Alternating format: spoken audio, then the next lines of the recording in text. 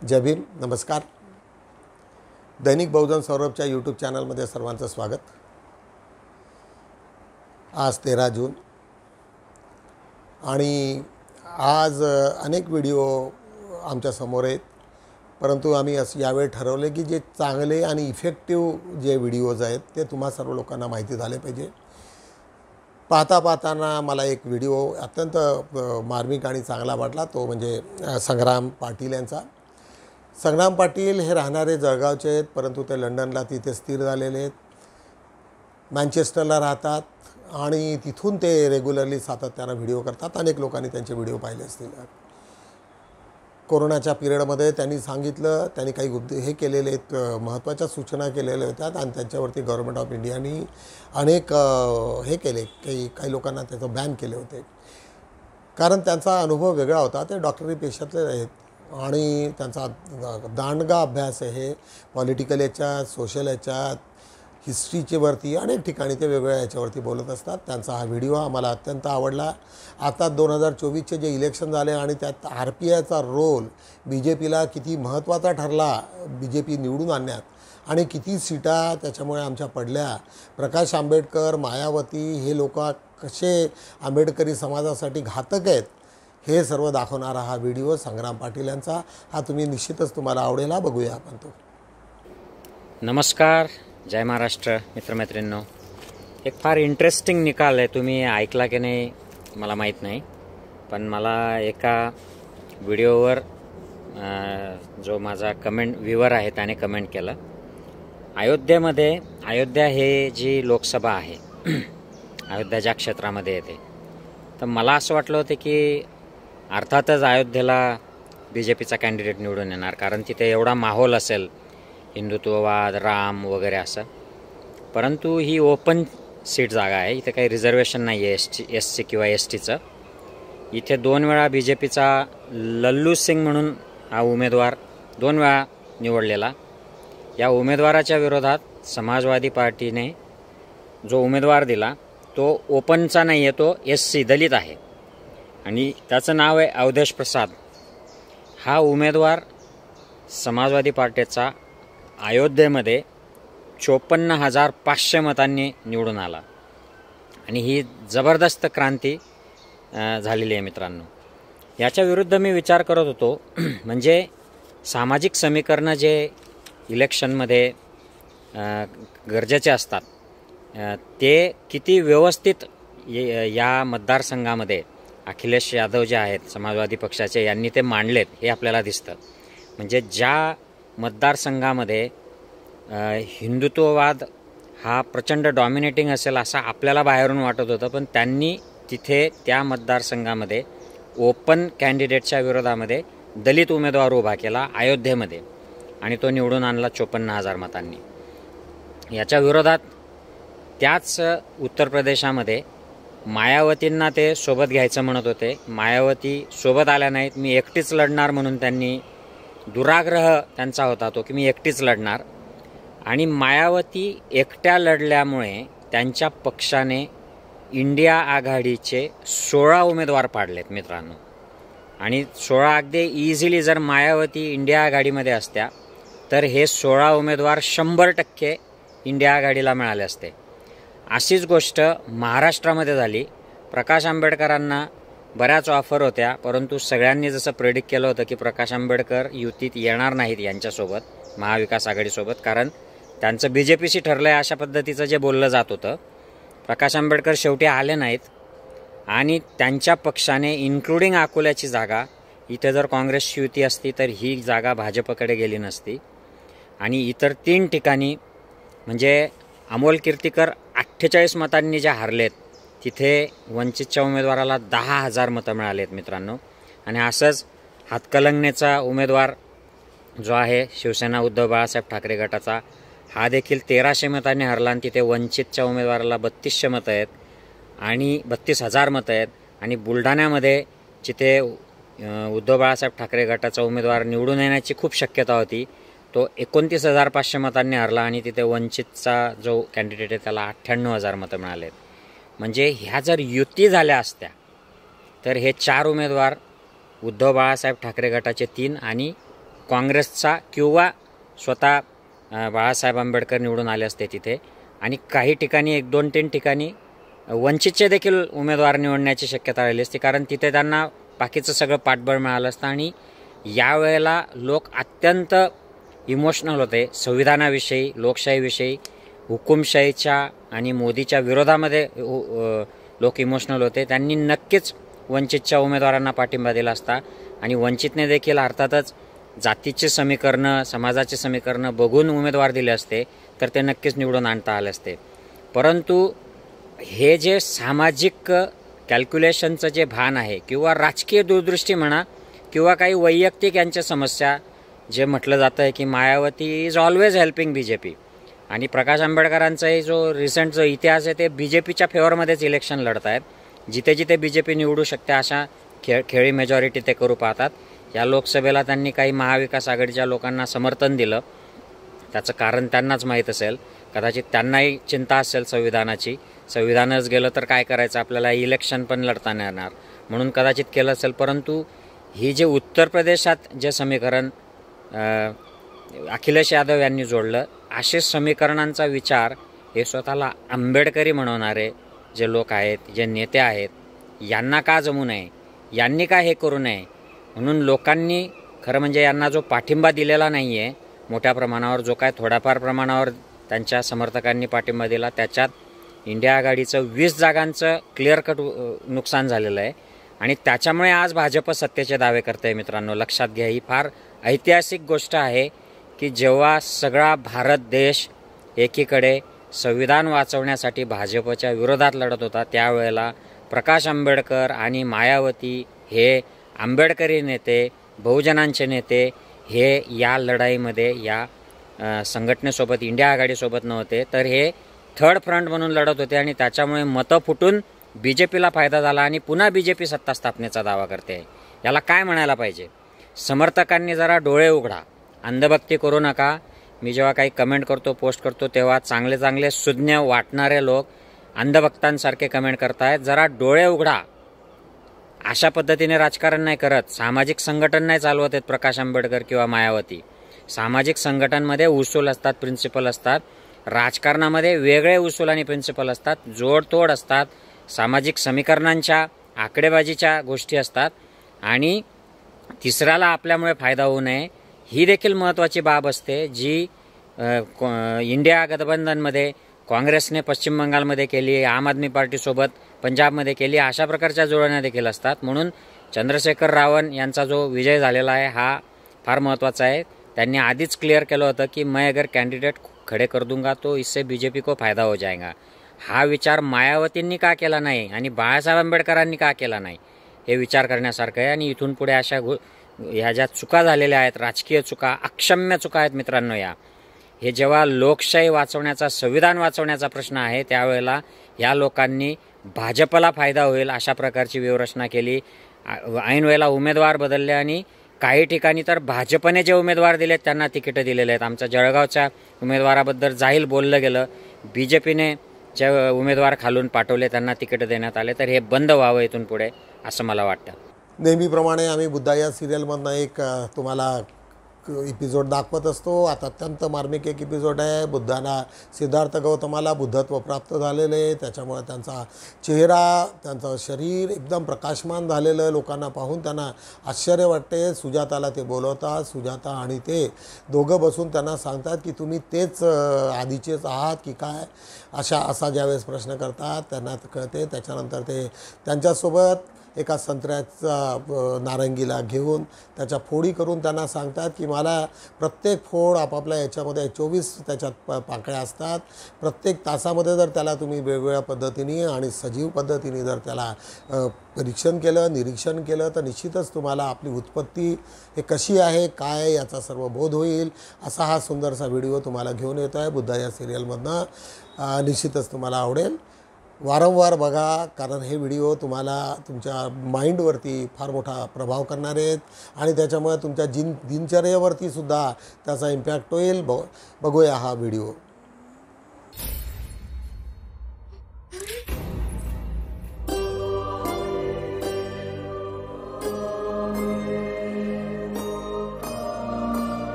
जोगी ही है।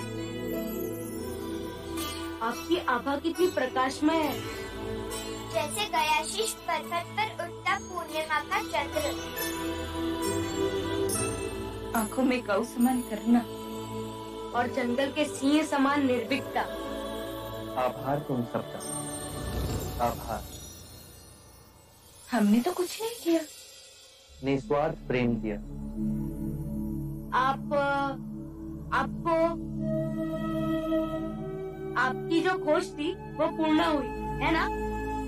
हाँ, सोया जाग गया। ये कैसे अद्भुत खोज की आपने। हमें समझाएंगे?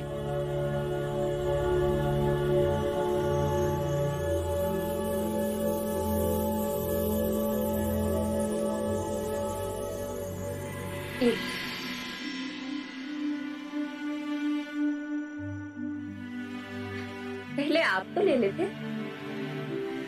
प्रेम बांटने से बढ़ता है। ये लीजिए।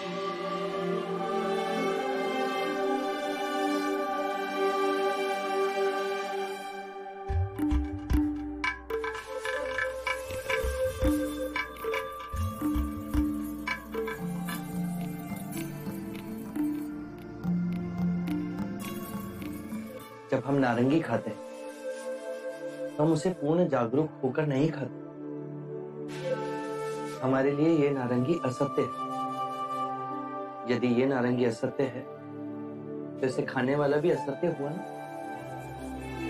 बेहोशी में हम इसे खाते हैं। यदि हम इसे होश पूर्वक खाएं तो इसका अर्थ है हम पूरी चेतना से इस नारंगी के साथ एक रिश्ता जोड़ रहे हैं। ऐसा क्यों होता है? क्योंकि नारंगी खाने में हमारा ध्यान नहीं होता। हमारा मन अंदर ही अंदर असंख्य विचारों के पीछे दौड़ता रहता है। आने वाले कल की चिंता, बीते हुए कल का रोना। यदि वो इस ही क्षण में हो तो ये नारंगी यथार्थ है और फिर तुम भी यथार्थ हो, सत्य हो। जो व्यक्ति जागते है उसे इस क्षण इस नारंगी में वो सब दिखाई देगा जो एक बेहोश व्यक्ति कभी नहीं देख सकेगा। जागा हुआ व्यक्ति उस वृक्ष को देखेगा जहां ये उग जाए। वसंत ऋतु में उस वृक्ष पर खिलते हुए फूलों को देखेगा। धूप को उस वृक्ष को पालते हुए देखेगा। वर्षा की बूंदों को उसे सींचते हुए देखेगा। पूरी प्रकृति इसमें समाई। कितनी सरल सी बात, लेकिन ये हमें क्यों नहीं समझ आई? ये समझते नहीं, इसे अपने हृदय से देखना पड़ता है। इस नारंगी में और हमारे जीवन में समानता है। बताओ, इस नारंगी में कितनी भागे? उसी प्रकार हर दिन में 24 घंटे होते हैं। 24 घंटों को होशपूर्ण इस तरह से जीना जैसे इस नारंगी की एक एक भाग का रस चखना। दिन के पल को चेतना में जियो। जो पीछे चला गया उसका ना राग मन में और ना ही आने वाले कल के सपनों की नींद में मूर्छित हो। इसी क्षण में पूर्ण जियो। यदि जीवन ऐसे जी लिया तो एक समझ जागेगी अपने विषय में और उसमें, जिसे हम अपने से बाहर समझते हैं। यदि ये समझ जागेगी तो हमारे अंदर करुणा और प्रेम का भाव स्वाभाविक जागेगा और उस करुणा और प्रेम हम एक दूसरे को स्वीकार करेंगे। हम स्वयं जान जाएंगे कि हम में और अनेक में कोई भेद नहीं। एक ही चेतना, एक ही स्रोत। अब इसे खाइए।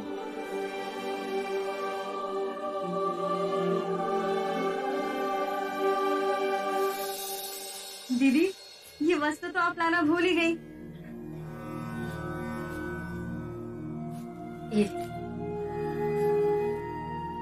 मुनिवर, जब आप साधना में थे तब दीदी और मैंने आपके लिए बनाया था। अहो भानु, तुम सबसे मुझे इतना प्रेम मिला। सुजाता ने मुझे खीर खिलाई, स्वाति ने मेरे लिए उषा का आसन बनाया। अब ये वस्त्र, अब जाने का समय हो गया। क्या आप हमें छोड़ के चले जाएंगे? आप आज अभी तो ना जाएंगे। वो आज नहीं जाएंगे। जोगी की बात ही नहीं समझी तुमने। इसी क्षण में जियो।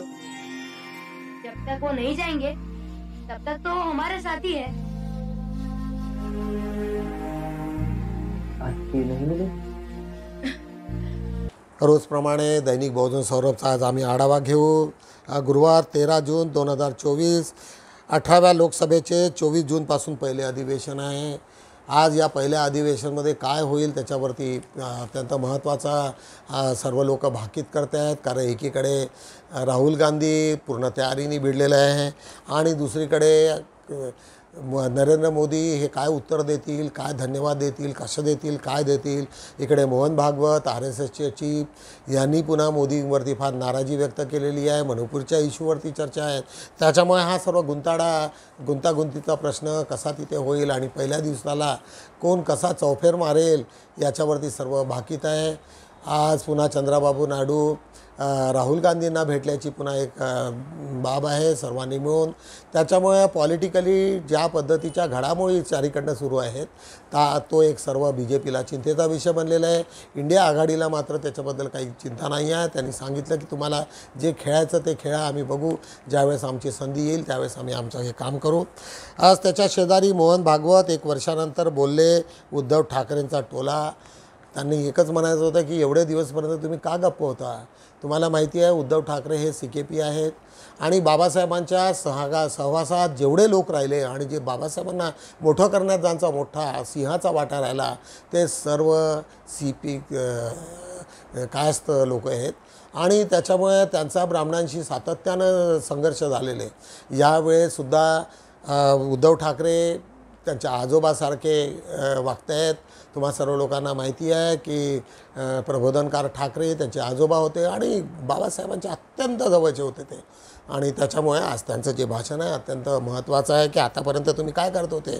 मोहन भागवतजी अशा पद्धतीचा टोला मारला आहे। शिक्षणापेक्षा मुस्लिमांना हिजाब किंवा सानिया मिर्झाच्या स्कर्टच्या लांबीची चिंता आहे। अभिनेते नसरुद्दीन शाह अत्यंत बोचक टीका केलेली आहे की तुम्ही तिच्या शिक्षणासाठी मुसलमानांच्या शिक्षणांसाठी तुम्ही मात्र असमर्थ आहे, परंतु मुसलमानांना जर चिमटेच घ्यायचे झाले तर सानिया मिर्झाच्या स्कर्टची लांबी किती आणि हे किती अशा पद्धतीचे तुमचे कॉमेंट्स आहे हे अजिबात खपून येणार नाही अशा पद्धतीचं नसिरुद्दीन शाहचं वक्तव्य आहे। तर एका तिकिटात राजीनामा देणार, एका मिनिटात राजीनामा देणार जिल्हाध्यक्षाच्या भूमिकेने भाजपामध्ये भूकंप।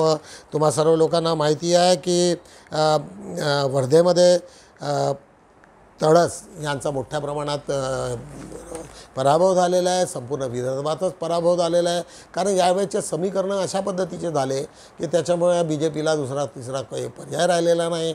अनेक रथी महारथी त्याच्यामध्ये हे झालेले आहे। त्याच्यामुळे त्यांनी सांगितलं की समजा जर असं असेल तर मी निश्चितच त्याच्यात आज राजीनामा देतो आहे। दीक्षाभूमी वाहनतळाचा वापर मेट्रोसाठी नाही। तुम्हा लोकांना माहिती असेल की दीक्षाभूमीमध्ये एक मोठा तिथे एक हे आहे स्टँड आहे, त्याच्यामध्ये कार पार्किंग आणि ते आहे ते ॲक्च्युली तो पार्किंग तिथल्या येणाऱ्या लोकांसाठी आहे, पिलिग्रिमर्ससाठी आहे, परंतु तो तिथे मेट्रोसाठी जे कोणी लोक येतात असं सर्वच्या सर्व ते पार्किंग करतात। त्याच्यासाठी आता पार्किंगसाठी त्याची व्यवस्था करू देणार नाही अशा पद्धतीची दीक्षाभूमीच्या लोकांनी जाहीर केलेलं आहे। MPSCकडून समाज कल्याणाच्या परीक्षेची तारीख जाहीर। MPSCमध्ये आता ताबडतोबच परीक्षा सुरू होतील आणि त्याच्यामुळे मोठ्या प्रमाणामध्ये रिक्रुटमेंटची बाब आता समोर येईल। त्याच्यामुळे ती एक महत्त्वाची बाब आता आम्ही लिहिलेली आहे। MSME संचालक प्रशांत पार्लेवारचा अटक. तुम्हाला माहिती आहे की मध्ये आता एक मोठं त्या प्रॉपर्टीवरती सुपारी किलरच्या नावाखाली एक मोठे काही लोक अडकलेले आहेत. त्याच्यामुळे त्या लोकांना आता पार्लेकरांना अटक करण्याची बाब आहे. NEET परीक्षेच्या निकालासंदर्भात सर्वोच्च न्यायालयाची NTA नोटीस. तुम्हा सर्व लोकांना माहिती आहे की NEETच्या परीक्षेमध्ये मोठ्या प्रमाणात गोंधळ झालेला आहे. ग्रेस मार्क्स पुन्हा टाकण्यात आलेले आणि हे सर्व प्रकरण सुप्रीम कोर्टात गेलं.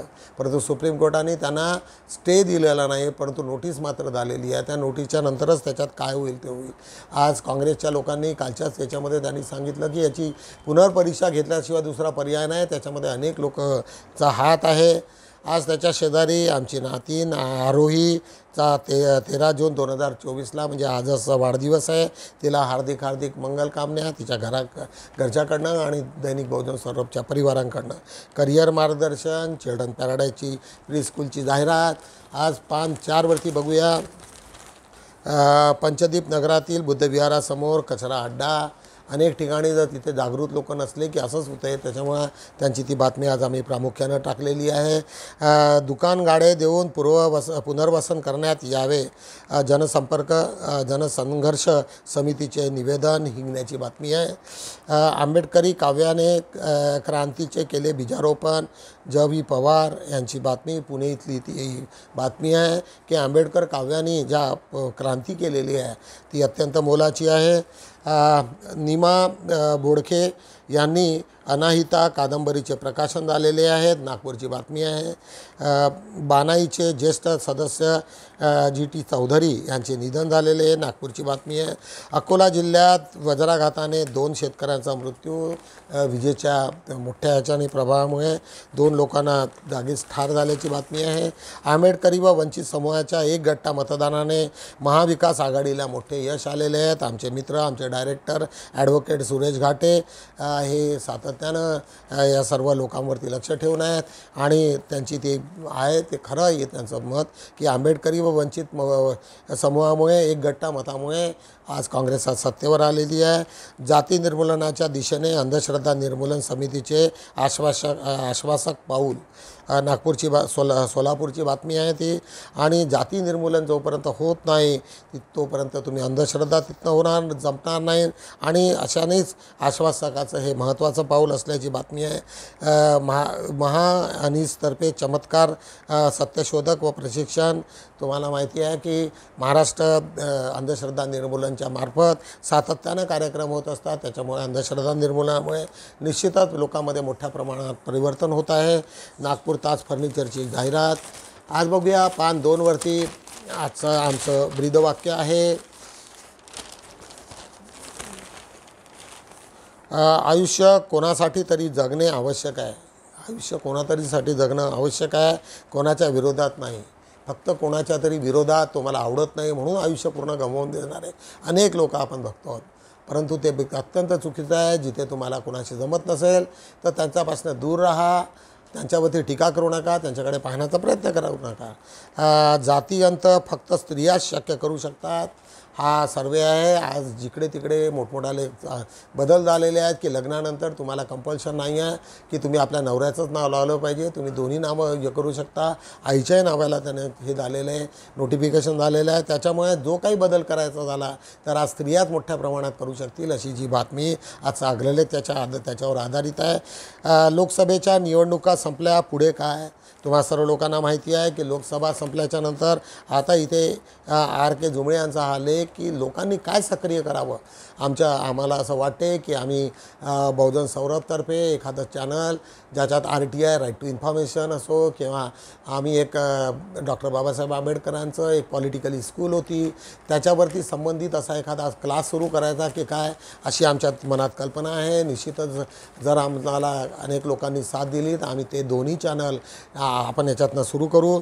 आता त्याच्याखाली मनुस्मृती जळत नाही. आता मनुस्मृती जाळून बाबासाहेबांनी किती वर्ष झाले परंतु अजूनही मनुस्मृतीची तशीच ॲज इट इज ते जळून राहिलेली नाही. अशा पद्धतीचा शिवराम पाटील यांचा हा लेख अत्यंत महत्त्वाचा आहे. आज त्याच्यात निवडून येणाऱ्यांना पडणाऱ्यांच्या जबाबदारीत वाढ आता पाडणाऱ्यांच्या जबाबदारी जास्त वाढ आहे. आता जे कोणी निवडून आलेले आहेत, आता मोदी सरकारला कशी हे पाडतील याच्यासाठी अत्यंत महत्त्वाची बाब आहे ही. आज अविनाश टिपले यांचा हा लेख. आता ज्या अर्थाने त्यांचे वेगवेगळे समीकरणं त्यांनी लावून बघितले की आज ज्या पद्धतीने मोहन भागवत आणि नरेंद्र मोदी यांच्यामधले जे रस्साखेच सुरू आहे, त्यांचे जे शाब्दिक चकमकी सुरू आहेत, त्याच्यामुळे निश्चितच BJPमध्ये एक असंतोषाची लाट निर्माण झाल्याचं दिसते आहे. आज त्याच्याच खाली आज आमचा एक छोटासा एक लेख आहे. रानबंधू आदिमांचा जीवनसंघर्ष कवितेतून मांडणारे कवयित्री रा.वि. जंगले यांचा जीवनपट. एका आदिवासींसाठी सातत्यानं लिखाण करणारे, सातत्यानं कविता करणारे आमचे जंगले साहेब आहेत. त्यांच्यावरती एक मोठा लेख वामन शेळमाके यांचा. वामन शेळमाके आमचे डायरेक्टर आहेत आणि सातत्यानं आदिवासींवरती ते लिहित असतात. आज पान 3 बघूया. आजचं आमचं टायटल आहे काहीही घडू शकते, कोणत्याही वेळी काहीही घडू शकते. हे सर्व जगच अस्थिर आहे, त्याच्यामुळे कोणती घटना कधी घडेल याच्याबद्दल कोणी निश्चित काही सांगू शकत नाही. त्याच्यामुळे आजचा आमचा टायटल अत्यंत महत्त्वाचा आहे. जिथे संवाद संपला तिथे सगळेच संपले. प्रत्येक गोष्टीला संवाद आहे. बुद्धांनी संपूर्ण आयुष्यभर संवादानातच लोकांचे मनं जिंकलेले आहे. वेगवेगळ्या लोकांना त्यांचे उत्तरं देणारे राजे असो कुठलेही असो, तर संवाद जिथे संपतो तिथे तुमचा कधीही त्याच्यात अंत होत नाही. संवाद झाला पाहिजे. संवादातनं आज होईल, दुसऱ्या होईल, परंतु हळूहळू लोकांना ते कळायला लागेल आणि त्याच्यातनं निश्चितच काही ना काही महत्त्वाचं निष्पन्न होईल. संपत दुर्गे यांचा हा लेख. संविधान आणि नागरिकातील संभ्रम. ज्योत्स्ना बनसोडीचा लेख. संविधानामध्ये जे आहे ते ॲक्च्युअली त्यांचं इम्प्लिमेंटेशन प्रॉपरली होते किंवा नाही, त्याच्यासाठी तुम्हा लोकांना जागृत होण्याची गरज आहे. वेगवेगळ्या पद्धतीने RTI असो की वेगळ्या ह्याच्यातनं आपण लोकांनी जर त्यांना प्रश्न केले, या सरकारला प्रश्न केले, वेगवेगळ्या कलेक्टरला प्रश्न केले, तर निश्चितच त्याच्यापासून काहीतरी होईल. मी आत्ताच बोललेलं आहे की आमचा तो प्रयत्न राहील. येणाऱ्या दिवसामध्ये निश्चितच आम्ही काहीतरी घडवू. बौद्धाने उतू नका मातू नका एक सुंदरशी कथा त्यांनी सांगितलेली आहे की एका महानगरपालिकेमध्ये एक जण एका पर्टिक्युलर डेटवरती येतो. तो याच्या एक सवर्ण असतो आणि एक बुद्धिस्ट असतो आणि तो जातीच्या याच्यात येतो आणि त्यांच्यामधला असणारा संभेव आणि त्याच्यातनं ज्या पद्धतीने तिथल्या घडामोडी होत असतात त्यावर आधारित एक विवेक मोरे यांचा लेख महत्त्वाचा आहे, वाचनीय आहे. उद्धव ठाकरेंनी नाकारलेले मनुस्मृतीचे हिंदुत्व. भारताच्या जनतेने 2024चे लोकसभा निवडणूक नाकारले. यावेळेचं त्यांचं हिंदुत्व अत्यंत वेगळं होतं. अनिरुद्ध कांबळे यांचा हा लेख. आणि त्यांनी तुम्हाला मी आधीच सांगितलं की ते CKP असल्यामुळे RSSशी त्याचा अजिबात संबंध नाही. त्यावेळेस त्यांच्या बाळासाहेब ठाकरे यांनी जे काही केलं असेल ती गोष्ट वेगळी होती, परंतु आज त्यांचा प्रबोधनकार ठाकरेंचं रक्त त्यांच्यात दिसतं आहे आणि ज्या अर्थीने त्यांनी हिंदुत्व नाकारलं, ज्या पद्धतीने नाकारलं ते 2024मध्ये लोकांनी करून दाखवलेलं आहे. अशा रीतीने आम्ही दैनिक बौद्ध सौरभचे 4 पानाचा आढावा घेतलेला आहे. निश्चितच तुम्हाला आमच्या याच्यात जर काही सूचना असतील, काही असतील किंवा त्याच्यात काही बदल करण्यासारखा असेल तर निश्चितच मला तुम्ही टेलिफोन करा किंवा एक मेसेज पाठवा. त्याच्यामुळे मी तुम्हाला रिप्लाय करेल. आपण काहीतरी या सर्व लोकांसाठी जीवना उपयोग किंवा संविधानाच्या अंतर्गत जे काही असेल त्याला आपण मदत करू. सर्वांनी मिळून आपण या लोकांना मदत करण्याची आपली सर्वांची जबाबदारी आहे. एवढंच बोलतो आणि माझ्या पेपरला किंवा आमच्या या यूट्यूबला जास्तीत जास्त लाईक करा, फॉरवर्ड करा आणि पेपरलासुद्धा फ्री असतो. हे यूट्यूबही फ्री आहे, त्याच्यामुळे तुम्ही सर्व लोकांना त्याचा लाभ झाला पाहिजे हीच इच्छा बाळगतो आणि भेटूया आपण उद्या. तोपर्यंत जय भीम.